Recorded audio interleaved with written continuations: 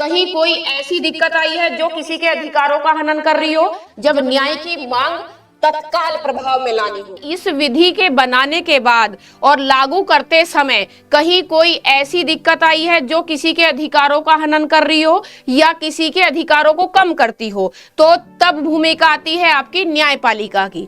तब इसका न्यायपालिका क्या करती है? विवेचना करती है। यही अधिकार दिया गया है आर्टिकल 142 में, ताकि किसी के साथ भी अन्याय ना हो। इसी को हम कहते हैं पूर्ण न्याय की शक्ति। आइए तो बात कर लेते हैं, आपको सरसरी तौर पर देखिएगा। आर्टिकल 142 जो है वो बात करता है पूर्ण न्याय की। पूर्ण न्याय का मतलब है कि अगर किसी मामले में देरी है, कोई लंबित मामला है, तो कहीं ना कहीं सुप्रीम कोर्ट उस पर संज्ञान ले सकता है, उसके लिए ऑर्डर डिक्री जारी कर सकता है और उसका वही प्रभाव होगा जो संसदीय कानून का होगा। लेकिन ये जो स्थिति है ये विशेष परिस्थितियों में दी गई, यानी कि असाधारण परिस्थितियों में ये दी जाती है। तो इसी तरह से हम देखते हैं मुख्य बातें क्या हैं।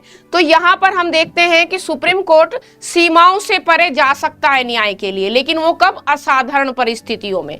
दूसरी बात, सुप्रीम कोर्ट को ही सिर्फ ये अधिकार है, किसी भी अधीनस्थ न्यायालय या हाई कोर्ट को इस शक्ति का कोई भी प्रयोग करने का अधिकार नहीं है। अब बात करती हूं इसका उपयोग। तो जब इसका उपयोग होता है ताकि जो सामान्य स्थिति है उसमें प्रोसीडिंग जो लॉ की है वो ना संभव हो और कानून बनाना बहुत ज्यादा जरूरी हो गया हो किसी व्यवस्था पर कंट्रोल करने के लिए, तब सुप्रीम कोर्ट अपने इस आर्टिकल का पावर यूज कर सकता है। अब अगर बात करूं ऑब्जेक्ट क्या होता है? कानून का अपर्याप्त होना, यानी कि जो व्यवस्था है वो अपर्याप्त है।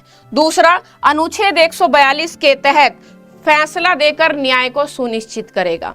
तो सरसरी तौर पर अगर हम बात समझें, यानी कि कुछ ऐसी असाधारण स्थिति पैदा हो जाए जब न्याय की मांग तत्काल प्रभाव में लानी हो, तब सुप्रीम कोर्ट आर्टिकल 142 के तहत अपनी पूर्ण न्याय की शक्ति का प्रयोग करता है।